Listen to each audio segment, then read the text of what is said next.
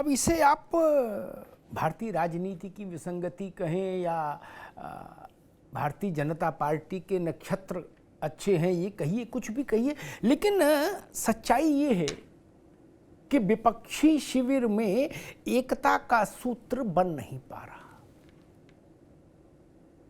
और ये भी तय है कि बिना संपूर्ण एकता कल्याण भी मुश्किल है। ये भी ठीक है, क्योंकि जब भी आप किसी बड़ी राजनीतिक शख्सियत के खिलाफ मोर्चा खोलते हैं, मैं एक इतिहास से एक उदाहरण रखता हूं।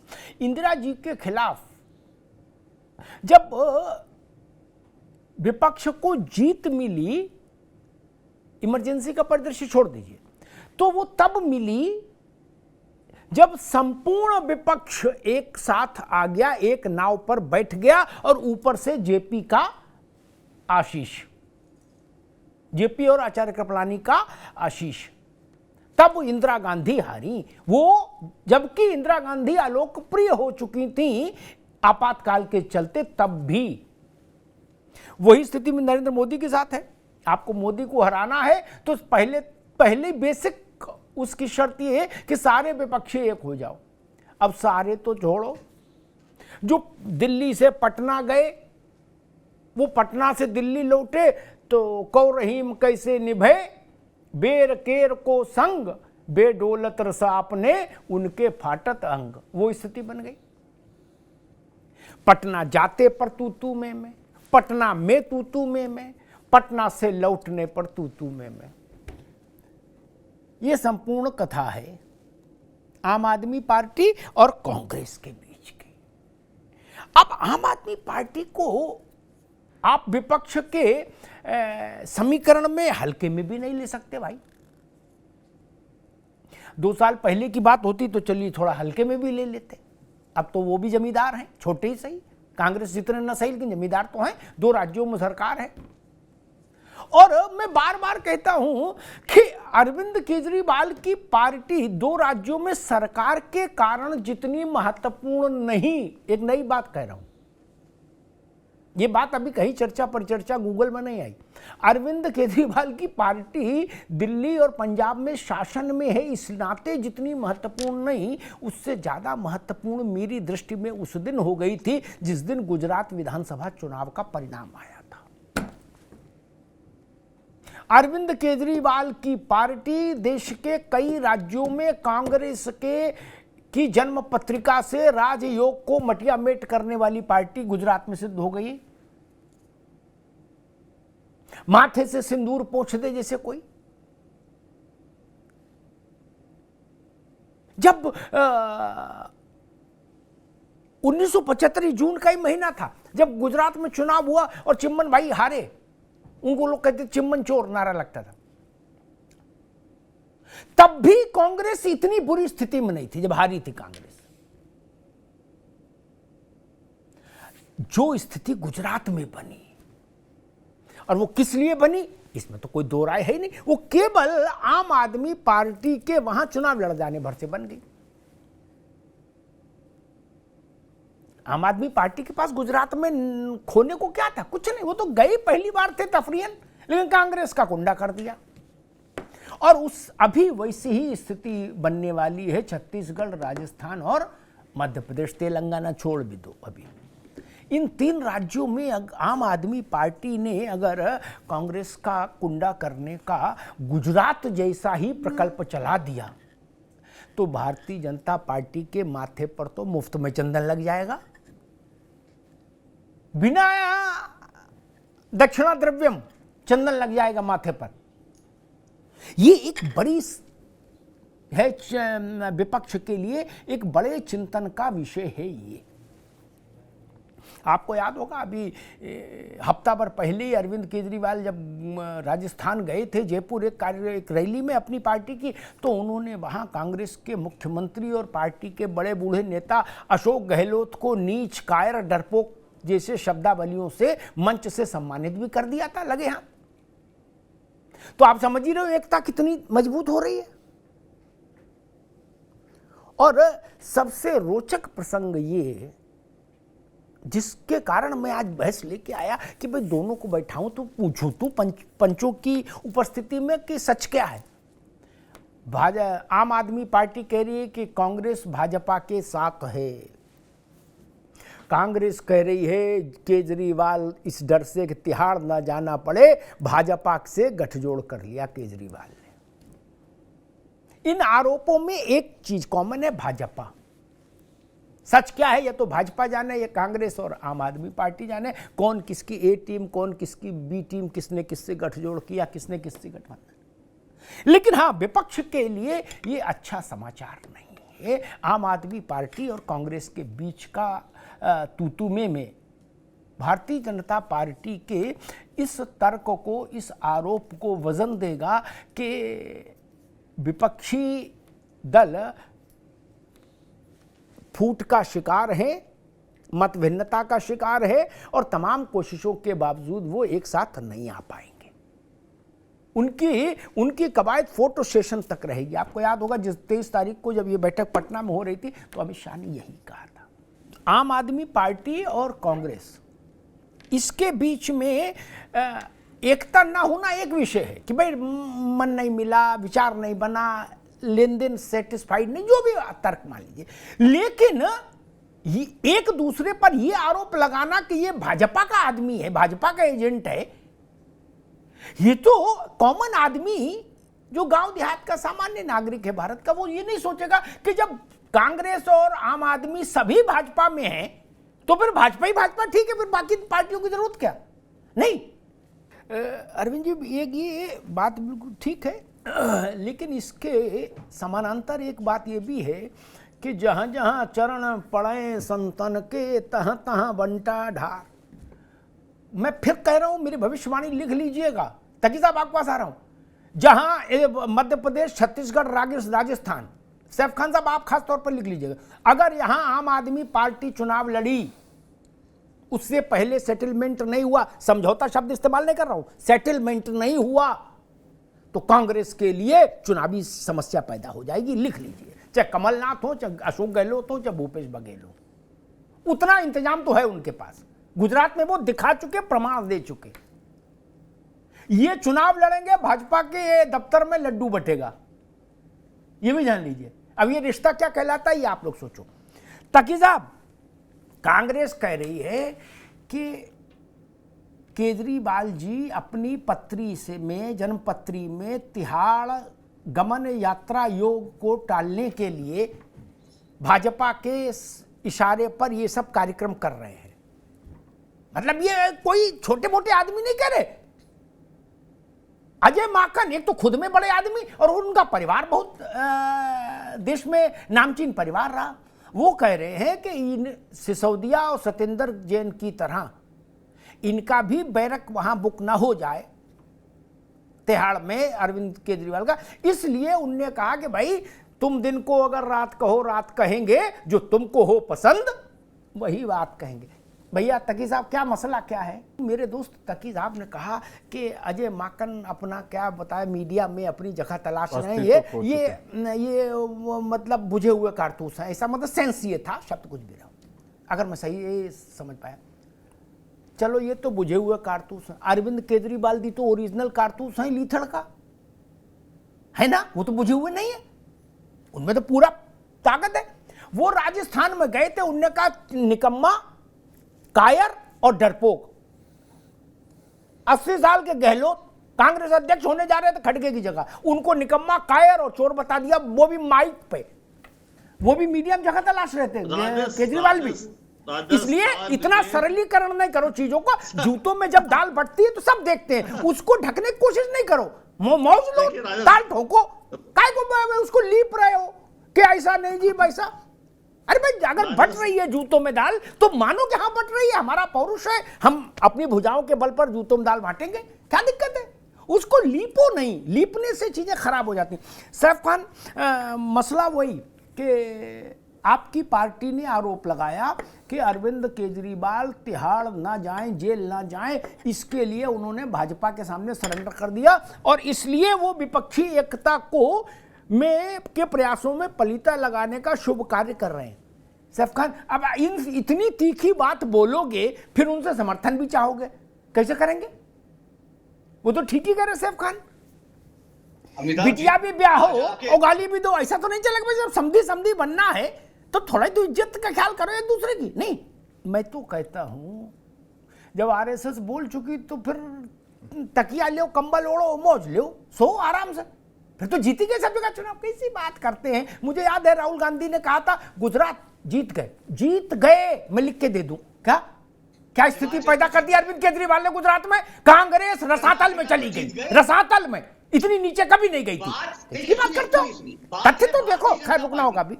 नेहा शालिनी दुआ भाई, ये बड़ी विचित्र स्थिति है। कांग्रेस बता रही आपकी साठगांठ आम आदमी से है, आम आदमी बता रहे हैं आपकी साठगांठ कांग्रेस से है। कहां कहां साठगांठ करती है पार्टी और कितनी साठगांठ करती है? जो बात नेहा ने कही ना कि भाई ये लोग आपस में बीटी में, हमसे कोई लेना देना नहीं। जो लोग ज्योतिष के अध्येता हैं वो जानते हैं एस्ट्रोलॉजी में एक होता है राजयोग, कुछ ग्रहों की ऐसी युति आपकी पत्री में होगी पोजिशनिंग जो राजयोग बनाएगी, और एक होता है विपरीत राजयोग, और एक होता है नीच भंग राजयोग। ये विपरीत वाले से भी ज्यादा विचित्र होता है। इसलिए कई बार आपका एक विरोधी आपके विजय का रास्ता प्रशस्त करता है। मैं फिर गुजरात को सामने रखता हूं। आम आदमी पार्टी को हटा दीजिए, गुजरात के चुनाव को एनालाइज कर लीजिए, सबको समझ में आ जाएगा मैं क्या कह रहा हूं। बहस में पढ़ने की जरूरत ही नहीं आपस में तू में करने की। मैं तो कोई बात बिना प्रमाण कहते ही नहीं, जाओ कितने भी करो, 3 दिन तक चिल्लाओ। और वही वहां भी राजस्थान में भी करेंगे, छत्तीसगढ़ में भी करेंगे और मध्य प्रदेश में भी करेंगे। लिख लो, कांग्रेस आज कितनी भी अटारी खड़े होकर ताल ठोक रहे हो कि नहीं जी हम तो ऐसा कर दे, कुछ नहीं भाई। आप गुजरात में क्या कर लिए? रसातल में चले गए। इन्होंने 13% वोट पाए, लेकिन आपका तो कर दिया ना।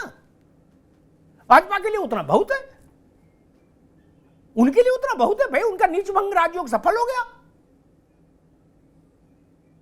इसलिए राजनीति को उसी ढंग से समझिए। जोशी साहब,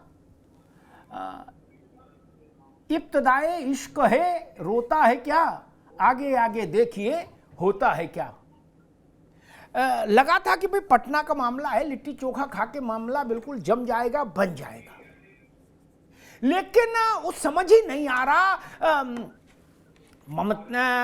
अरविंद केजरीवाल कांग्रेस, अरविंद केजरीवाल उमर अब्दुल्ला बैठक में ही झाऊ झाऊ हो गई, बाकी छोड़ो। प्रेस कॉन्फ्रेंस में साथ नहीं बैठना, ममता बनर्जी का जल्दी चला जाए, ब्ला ब्ला करके एक ऐसी तस्वीर बनी जो एक कोहेसिव तस्वीर आनी चाहिए थी, संयुक्त सम्मेलन की तस्वीर आनी चाहिए थी। वो अलग अलग टापुओं पर खड़े नेताओं के अहंकार और महत्वाकांक्षा के टकराव की तस्वीर बन गई। इस थ्योरी को मैं कई बार रिजेक्ट कर चुका, आज फिर कर देता हूं। यह तर्क बौद्धिक नहीं है कतई 1% भी। ठीक, जवाहरलाल जी जब चुनाव में गए थे पहली बार, वो देश के टॉलेस्ट लीडर थे, आजादी आई थी, सारा माहौल आजादी में था, तपे तपाए लोग थे, गांधी जी के आदर्शों पर चलने वाले, तब भी 51% सरकार नहीं बनी। ठीक है ना? इसलिए ये तर्क भोला है, ये बंद करिए, ये नहीं बिकता मित्र। अखिलेश यादव की सरकार कितने बनी थी, कितने परसेंट में बनी थी? उनके खिलाफ 70% से ज्यादा विपक्ष था, तो वो मुख्यमंत्री नहीं थे, उनसे किसी ने कुर्सी छीन ली थी। अरे तर्क तो ठीक लाओ भाई, कैसी बात करते? तर्क तो ठीक लाओ, इसीलिए बात आपकी गड़बड़ हो जाती है। ऐसे मुझे बताओ ना कि भाई वो 70% वोट से सरकार बनी देश में, बताइए, नहीं हुआ ना। और दूसरी बात, उन्होंने कहा हमारे प्रोफेसर साहब ने कि ये देश, संविधान और लोकतंत्र, 3 बातें बताएं, उनको बचाने का मसला है कि लड़ाई है। ठीक है अरविंद जी, मैं समझना चाह रहा हूं कि मान लीजिए जहां ये जो 18 पार्टियां हैं, इनके अलावा कोई पार्टी जीत जाए, वो भाजपा हो, वो कोई भी पार्टी हो, बसपा हो है या बीजेडी हो, जो इनके दायरे में नहीं, अब पटना वाले में, तो देश, संविधान और लोकतंत्र खत्म हो जाएगा। तब मेरे ख्याल से देश के कई राज्यों में अब तक देश, संविधान और लोकतंत्र खत्म हो चुका होगा। नहीं, देखिए इसका जवाब में, क्योंकि ये तो बड़ा विचित्र बात है, जैसे अभी कहा प्रोफेसर साहब ने कि देश, लोकतंत्र और क्या बताया था, संविधान, हाँ, उसको बचाने का मामला है। ये वैसी ही बात है जैसे कोई उत्तर प्रदेश में वो माफिया एक मारा गया तो कहा गया जी कानून में लोक संविधान की हत्या हो गई लोकतंत्र की। तो मैंने कहा जी कितने माफिया मारे गए, कितनी बार हत्या हुई। तो वैसे मैं समझना चाह रहा हूं कि मतलब अगर कहीं इन 16 दलों में से किसी की सरकार नहीं है तो उसको अपन मानेंगे देश लोकतंत्र और संविधान की हत्या हो गई वहां पर। अच्छा तक सैफ खान, एक बात तो यार है, मैं सामान्य रूप से समझना चाह रहा हूं कि ये बात जो प्रोफेसर साहब ने कही वो सभी लोग कहते हैं, वो 16 दल तो कहते हैं जो वहाँ नीतीश बाबू के बुलाने में गए थे। तो जैसे मान लीजिए जहाँ इन दलों की सरकार नहीं है, मैं समझना चाह रहा हूँ आपसे, वैसे जवाब दीजिएगा, एकदम आक्रामक मत हो जाएगा, बड़ा मासूम सवाल है, मासूमियत से जवाब दीजिएगा। तो वहाँ देश लोकतंत्र और संविधान मर चुका ना, ऐसा मान लें, तो इसकी पुष्टि कहाँ से होगी, मतलब समझना चाह रहा हूँ इसकी एक घोषणा कहाँ से होगी। क्या देश में केवल पंजाब और दिल्ली में देश लोकतंत्र और संविधान जिंदा है आपके लिए? ममता जी के लिए बंगाल में लोकतंत्र संविधान जिंदा है केवल? नीतीश और लालू के लिए बिहार में केवल जिंदा है, बाकी सब जगह मर गया?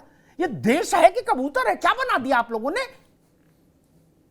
घोषणा कर रहे हो सब लोग छत पे खड़े होके, बोले देश खत्म हो गया, देश बचाने की लड़ाई लड़ेंगे। अरे आप इतने बड़े आदमी हो कि आप भारत को बचाएंगे?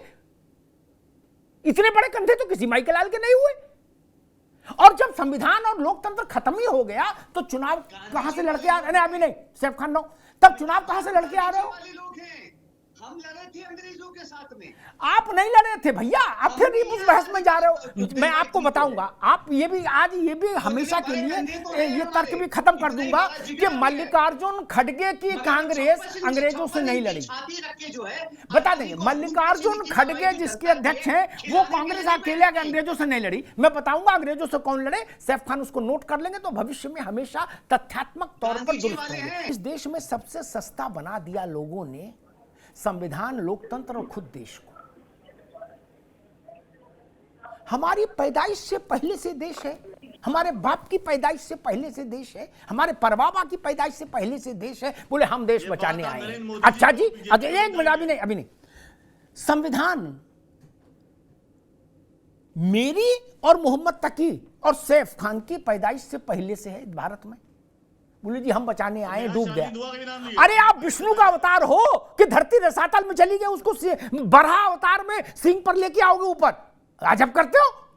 ये बोलो हमको अपना जुगाड़ करना, सत्ता का ठीक है, भाजपा हो, कांग्रेस हो, सपा हो, बसपा हो, उतनी बात बोलो ना। आप मसीहा बनने की कोशिश करते हो भारत के। आम आदमी पार्टी नहीं थी तो देश नहीं चल रहा था। गजब करते हैं। ये बोलिए हम अपने जुगाड़ में लगे सारे दल जीत की कि भाई किसी तरह सत्ता मिल जाए तो रसमलाई खाने को मिले, उतनी बात तो मेरी समझ में आती है। हर आदमी दधीच हो रहा है, कराजी में हड्डी दान करूंगा, ये सब नहीं।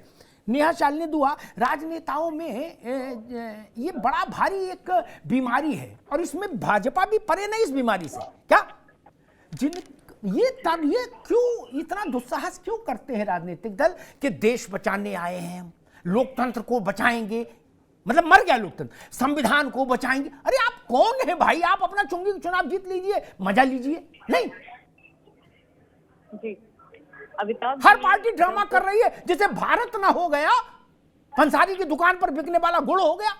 जैसे मान लीजिए कि सत्येंद्र जैन और मनीष सिसोदिया आर्थिक अपराध में जेल में हैं, ठीक, तो उसको भी अपन ये मानेंगे देश, संविधान, लोकतंत्र और क्या क्या बचाने के लिए, ऐसा माना जाएगा? किस खाते में लिखा जाएगा, मतलब समझना चाह रहे थे जनता के लिए। मतलब वही लोग देश बचाने वाले माने जाएंगे जो तिहाड़ जाएंगे आर्थिक अपराधों में, या बाहर वाले भी देश बचाने में शामिल हो जाएंगे? मैं तो बहुत ज्यादा पढ़ा लिखा आदमी नहीं, आप लोग विद्वान लोग हो। मैं तो एक लाइन जानता हूं, जनता के जनादेश से जो सरकार निकले वो सरकार सिर माथे, ठीक। देश का मन उसी सरकार के साथ। मुझसे कोई पूछे कि पंजाब का मन किसके साथ, मैं कहूंगा अरविंद केजरीवाल के साथ। बाकी भाजपा भी खारिज, कांग्रेस भी खारिज, अकाली भी खारिज, इसमें कौन सी बड़ी नई बात है? दिल्ली का मन किसके साथ? केजरीवाल के साथ, बात खत्म हो गई। मैं सचदेवा की बात थोड़ी सुनता हूं फिर वहां। देश का मन किसके साथ? भाजपा के साथ। वहां मैं जोशी जी की बात नहीं सुनता हूं, सैफ खान की बात नहीं सुनता हूं। पश्चिम बंगाल किसको नेता मानता? ममता जी को। बात खत्म। मेरे तो गणित बड़ा सरल है, मैं फर्जी बातें मैं कतई एक सेकंड व्यर्थ नहीं करता कि देश बचाना ना जी। जनता वोट दे रही है, जिस वोट से ममता बनर्जी चुनी जा रही हैं, अरविंद चुने जा रहे हैं, भगवंत मान चुने जा रहे हैं, उसी वोट से योगी आदित्यनाथ चुने जा रहे हैं। मैं हिपोक्रेट नहीं हूं ना आप लोगों की तरीके से। ये सब नहीं चलेगा ना। अरविंद जी, मैं एक मसला नहीं समझ पाया भाई। कहा जा रहा है कि देश बेच दिया बीजेपी ने, ठीक? ये बात 19 के चुनाव में कही गई थी। देश कोई वोट देना था, देश कोई बेचने की बात थी क्या? देश कोई वोट देने की बात थी कि जैसे मुझे ही वोट देना हो और मुझ कहा जाएगा अमिताभ जी का खून कर दिया रामलाल ने, तो अमिताभ जी रामलाल को वोट तो नहीं देंगे। फिर वैसे ही जब कहा देश तबाह कर दिया भाजपा ने 5 साल, तो 19 में वोट में गया देश। क्या देश ने कांग्रेस को 50 सीट दी, इमरजेंसी से भी कम, इमरजेंसी में 121 दी थी, ठीक? वो दी, बोले भाई आपके लिए इतना ही है, आप तो साइड हो जाओ। क्या वो कांग्रेस कह रही है कि जी देश तबाह हो गया? इसका निर्णय ना तो कांग्रेस अपने मन से कर सकती अपनी प्रेस कॉन्फ्रेंस में, ना बीजेपी। देश ही ना करेगा। अरविंद जी, बेसिक लॉजिक पर आके टिकता हूं। देश जो भी निर्णय करे वो कांग्रेस, भाजपा, सपा, बसपा सबसे बड़ा है कि नहीं और सबकी बुद्धि से बड़ा है कि नहीं, ये मानते हैं? देश का निर्णय सपा, बसपा, कांग्रेस, भाजपा और जितने दल पंजीकृत हैं उन सबकी साझे आईक्यू से बड़ा है कि नहीं? सैफ खान, आप अपनी चार्जशीट लेके 19 में गए थे देश के सामने, देश ने जनादेश दे दिया। अदालत में दोनों पक्ष के वकील अपनी अपनी झांव करते तर्क देते हैं, ठीक? लेकिन जो निर्णय आ जाता है वो फिर दोनों के उसको शिरोधार्य होता है, वो अदालत का निर्णय है, ठीक? जनता में आप गए पुलवामा बताए, ये गए पुलवामा बताए, जो भी जिसकी समझ में आया सो बताया होगा।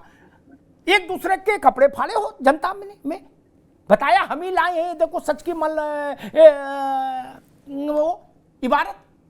जनता ने उस पर निर्णय दे दिया। तो क्या आपके कहने से, किसी पार्टी के किसी नेता प्रवक्ता के कहने से भारत के जनता के 80 करोड़ वोटर का जनादेश इनवैलिड मान लेंगे? गजब करते हैं। नेहा शालिनी दुआ, मतलब मैं समझ नहीं पाया। मैं तो बीजेपी को भी शामिल कर रहा हूं। बीजेपी कल हार जाए अगर 24 में चुनाव, तब भी बीजेपी नहीं, अभी इनकी आवाज बंद करिए, तो 24 में अगर बीजेपी चुनाव हार भी जाए, मान लीजिए, तो भी बीजेपी अगर ये कहेगी तो मैं उसके खिलाफ खड़ा होऊंगा कि ये गलत है, ये तो कांग्रेस ने गलत प्रचार कर दिया ना जी। आपने अपनी बात रखी, दूसरे ने अपनी बात रखी, जनता ने निर्णय सुना दिया। नेहा शालिनी दुआ, प्रैक्टिकल बात यही है ईमानदारी की। मान लो हाइपोथेटिकल सवाल है, दिल्ली में या पंजाब में, हाइपोथेटिकल है, नाराज ना होना मुझसे कि मेरे ऊपर चिल्लाने लगो। हाइपोथेटिकल है, मान लीजिए दिल्ली या पंजाब कहीं चुनाव हो कल और कांग्रेस जीत जाए, तो उसको आम आदमी पार्टी लोकतंत्र, संविधान और एक और बताया था, 3 चीजें बताई थी, उनकी हत्या माना जाएगा कि नहीं? या उनको ओके में माना जाएगा कि ये ओके है, ये हत्या नहीं है? मासूम सा सवाल है, मैं कम बुद्धि का आदमी, बता दो, जनता समझ ले। नहीं कल को फिर इसी पे मोर्चाबंदी हो जाएगी। देखिए अमिताभ जी, आपसे बहुत सीनियर है, वरिष्ठ पत्रकार तो हैं। मैं तो मासूम सवाल पूछा। मान लो पंजाब में कांग्रेस आ जाए, तो उसको लोकतंत्र की हत्या, भारत की हत्या, संविधान की हत्या, न्यायपालिका की हत्या, सबकी हत्या माना जाएगा कि नहीं? या 302 मानोगे, 307 मानोगे इरादा कत्ल? वो बता दो। हम आपसे इतना स्नेह करते हैं, सच में दिल से, इतना मासूम छोटा सवाल पूछा कि मान लो कि आम आदमी पार्टी हार के कांग्रेस जीत जाए, तो उसको लोकतंत्र की हत्या माना जाएगा कि नहीं? ये बता दो कि नहीं, हत्या वाले क्लॉज में नहीं आएगा, बात खत्म हो, देश नोट कर लेगा। कर्नाटक और हिमाचल में लोकतंत्र, संविधान और भारत, किसी की हत्या नहीं हुई, सब सुरक्षित है। वही मशीन थी, वही चुनाव आयोग था, वही वोटर था भारत का। नहीं, बात समझ नहीं आई। ननको भी पूछ रहा, रज्जाक भी पूछ रहा, भैया ये बात कैसे हो गई? मैंने प्रश्न क्या पूछा, आप कहां चले गए महाराज प्रोफेसर साहब? यही गड़बड़ है। मैंने ईमानदारी की छोटा सवाल पूछा, मेरे पास इतनी बुद्धि नहीं कि मैं विदेश और विश्व की बात करूं। मैंने पूछा कर्नाटक में लोकतंत्र की हत्या हुई कि नहीं? हिमाचल में हुई कि नहीं? आप बता दो, नहीं वहां खाया पिया लोकतंत्र है, तंदुरुस्त है, इतना बोल दो, बात खत्म करो। आप बता दो कि हट्टा कट्टा लोकतंत्र, मैं लिख लूंगा कि भाई कर्नाटक हिमाचल में लोकतंत्र बिल्कुल फुल इम्यूनिटी के साथ है, हट्टा कट्टा। मुझे लगता है उत्तर प्रदेश में लोकतंत्र तभी स्वस्थ माना जाए, घोषित होगा जोशी जी की तरफ से या कांग्रेस की तरफ से, जब या तो इनकी मिलीजुली सरकार बन जाए या अकेले अखिलेश यादव की बन जाए। उसके अलावा कोई भी जनादेश इनके लिए लोकतंत्र के पक्ष में जनादेश नहीं होगा, ऐसे ही मामला माना जाए। अभी मणिपुर पर सर्वदलीय बैठक हुई, उससे भी ज्यादा जरूरी सर्वदलीय बैठक ये है, इस पर एक सरकार को सर्वदलीय बैठक बुलानी चाहिए, सारी पार्टियों को बुलाओ, छोटे से छोटी पार्टी को भी बुलाओ, ओम प्रकाश राजभर की पार्टी को भी बुलाओ, जिनसे ये तय हो जाए एक बार लिखत पढ़त में कि लोकतंत्र, संविधान और तीसरी कोई चीज है उसकी हत्या कब मानी जाएगी और कब नहीं मानी जाएगी। नहीं, ये इसमें रोज का उलझाव है भाई। सबको बुलाओ, 1000-2000 नेताओं की एक ऑल पार्टी बैठक करो, 2-4 दिन चलाओ, खाना आना वहीं सर्व कराओ, लेकिन अंत में एक संयुक्त वक्तव्य जारी करो ताकि ये भोला देश समझ पाए कि लोकतंत्र, संविधान और न्यायपालिका और जो भी बता रहे हैं उनकी हत्या कब मानी जाएगी और कब उनको जीवित माना जाएगा। इस देश में नेताओं ने इस कदर भड़ैती की। अतीक का जो माफिया था यूपी का अतीक, उसका लड़का एक हत्याकांड को अंजाम देने के बाद पुलिस एनकाउंटर में मारा गया। उत्तर प्रदेश के बड़े नेताओं ने, जोशी जी खासतौर पर तवज्जो दें, बड़े नेताओं ने जो सरकारों में रहे, सरकार चला चुके, उन्होंने वक्तव्य जारी किया, लोकतंत्र की हत्या हो गई। मैंने पूछा, अतीक का लड़कवा लोकतंत्र है? अजब तमाशा करते हो। गंगा में डूब मरने की बात, अतीक का लड़का लोकतंत्र बता दिया। 155 करोड़ लोगों की प्राण शक्ति लोकतंत्र है, मजाक करते हैं? पार्टियां नहीं थी तब भी देश था, पार्टियां नहीं रहेंगी तब भी देश रहेगा। यह गलतफहमी दिमाग से निकाल दीजिए। दूसरी बात, यह कहा जा रहा है देश से कि इस बात को स्वीकार कर लीजिए, हमारी पार्टी जीतेगी तो माना जाएगा लोकतंत्र जीता। हमारी लड़ाई है नहीं, जनता जिसको जिता दे उसी में लोकतंत्र की जीत। मायावती जी मुख्यमंत्री रही, नारायण दत्त तिवारी रहे, अब योगी आदित्यनाथ हैं, मुलायम सिंह रहे, अखिलेश यादव रहे, क्या दिक्कत है? आपका खाना खर्चा बंद हो गया, समझ में आती बात, आपकी सरकार आ जाएगी, आपका खाना खर्चा चलने लगेगा। इसको लोकतंत्र से मत जोड़िए भाई, संविधान से मत जोड़िए। संविधान से क्या? दूसरी बात, कहा जा रहा है कि जी तानाशाही आ गई। जब तक कोई आदमी, प्रोफेसर साहब, जब तक कोई आदमी माइक पर ये बोल पा रहा है कि बोलने की इजाजत नहीं है हमको, क्या, तब तक मान लीजिए लोकतंत्र चल रहा है। हमने वो समय देखा कि जब बोलने की इजाजत नहीं थी, क्या, अपने घर में फाटक के अंदर से अगर जेपी जिंदाबाद बोल देता था आदमी तो मीसा में अंदर हो जाता था, पता है ना? उसको कहते हैं लोकतंत्र खतरे में आना। आम आदमी पार्टी तब नहीं जन्मी थी, इसलिए उनको नहीं पता, लेकिन मुलायम सिंह तो जेल में थे। आप कह पा रहे हो, आलोचना कर पा रहे हो, हमला कर पा रहे हो, और फिर कह रहे हो कि देखिए किसी को बोलने की इजाजत नहीं। अरे गजब हो गई भैया, क्या छत से कूदोगे? अगर बोलने की इजाजत नहीं होती तो बोल कैसे रहे हो? तीसरी बात, विदेश की बात कही, जोशी जी ने 2 बार उठाई उस बात को, वो चाहते थे मैं उसको पिक करूं, मैंने उसको पिक नहीं किया जानबूझ के। विदेश में किस पत्रकार ने क्या पूछा, इससे भारत जैसे बड़े देश की सेहत पर क्या फर्क पड़ता है?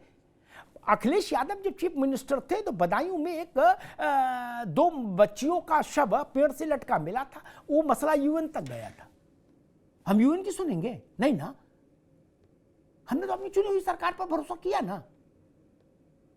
एजेंडा के तहत कोई किसी से कुछ पूछवा सकता है, उसका क्या मतलब है? उसको टेस्टिमोनियल मान लोगे? गजब करते हो।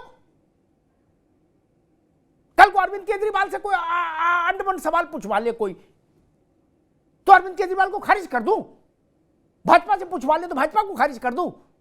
गजब बात है। और देश के खिलाफ कोई बोले तो हम उसके पक्ष में खड़े होंगे क्या? आज आपको ओबामा अच्छे लग रहे? आप कह रहे हो ओबामा तो साधु है, शंकराचार्य ने घोषित कर दोगे उसको? कोई दूसरा बताएगा आके हमको? 400 साल का अमेरिका है, 400 साल का, 5000 वर्ष की सनातन सभ्यता है भारत की। ओबामा समझाएंगे हमको कि देश टूट जाएगा? 181 बार, सुन लीजिए प्रोफेसर साहब ध्यान से, 181 बार सशस्त्र हस्तक्षेप किया है दुनिया के देशों की संप्रभुता के खिलाफ अमेरिका ने। वो ज्ञान दे रहे हैं, और वो ज्ञान दे रहे हैं, उससे ज्यादा शर्मनाक ये कि हमारे देश के कुछ नेता उनका ज्ञान ले रहे हैं। वो ज्ञान दे रहे हैं, कम आपत्ति, आप ज्ञान ले रहे हैं, ये शर्मनाक बात है। राहुल गांधी और नरेंद्र मोदी की लड़ाई देश में रही अच्छी है, विदेश में नहीं। विदेश में तो एक साथ खड़े होइए। और तीसरी और अंतिम बात, मनीष सिसोदिया जेल में है, सत्येंद्र जेल में है, उनकी क्या दशा है, दुर्दशा है, वो उस बहस में आज नहीं जाता, छोड़िए। वो केजरीवाल का विषय है, उनको छुड़ाए नहीं छुड़ाए, बंदी रहने दें, ठीक। लेकिन ये तो समझ लीजिए कि क्या हर बार आप ही जीते तो लोकतंत्र सौभाग्यवती, और आप हार जाएं तो लोकतंत्र विधवा हो जाएगा? नहीं ना। भारत का लोकतंत्र किसी एक पार्टी के मुखापेक्षी है क्या? राहुल गांधी प्रधानमंत्री नहीं बने तो देश खत्म? गजब करते हो। जवाहरलाल जी जब नहीं हुए थे तब भी देश चल रहा था, ये तो राहुल गांधी है। ऐसा क्यों सोचते हैं, ऐसा चिंतन क्यों? भाजपा कांग्रेस किसी का नहीं होना चाहिए चिंतन। और आखिरी बात, मैं कई बार इस बात को कहता हूं, आप सब लोगों को पाखंड करने की मजबूरी है, क्योंकि पार्टी में भी रहना है। पार्टी क्लिप देखती है कि भाई उस वक्त तुमने भले थेतरई करनी थी, लेकिन जोरदारी से तो करते, तुम थेतरई नहीं कर पाते, हटाओ। मुझे ऐसी कोई मजबूरी नहीं। मेरे लिए जिस वोट से ममता जी मुख्यमंत्री, उसी वोट से अरविंद मुख्यमंत्री, उसी से योगी आदित्यनाथ, उसी से नीतीश बाबू, सब जनादेश पवित्र हैं। इंदिरा जी के लिए जनादेश था तब भी पवित्र था, नरेंद्र मोदी के लिए है तब भी पवित्र है। इतना बड़ा दिल रखिए। आप जाएंगे ना 22 में 24 में चार्जशीट लेके, जो निर्णय आएगा उसके बाद 25 में आप ये कह पाएंगे कि हाँ हमारी बात गलत थी, ये सही थी? नहीं, आपके अंदर उतना नैतिक साहस नहीं कि आप ये बोल पाए कि मेरे आरोप, हमारे आरोप देश की जनता ने खारिज कर दिए, जो जनार्दन है। नहीं बोल पाएंगे आप। आप चाहते हैं मेरे मनोनुकूल परिणाम आएगा तो मैं बोलूंगा कि लोकतंत्र जीता, नहीं तो कहूंगा लोकतंत्र की हत्या हो गई। क्या देश को बकरीद और लोकतंत्र को बकरा समझ लिए हो क्या, कि जो आ रहा है सो कह रहा हलाल कर दिया? नहीं भाई साहब, आप लोगों के हाथ इतने मजबूत कहां हैं कि लोकतंत्र की हत्या कर दे कोई? माइकल लाल, एक ही बार लोकतंत्र की हत्या करने की कोशिश की थी इंदिरा गांधी ने, देश ने मुंहतोड़ जवाब दिया था। उसके बाद किसी सरकार की हिम्मत नहीं पड़ी। इंदिरा गांधी ने की थी कोशिश, और एक बार बार बार कही जाती है, उसको तकी साहब ने भी उठाया, उनकी पार्टी भी उठाती है, बाकी मेहमानों ने भी उठाया।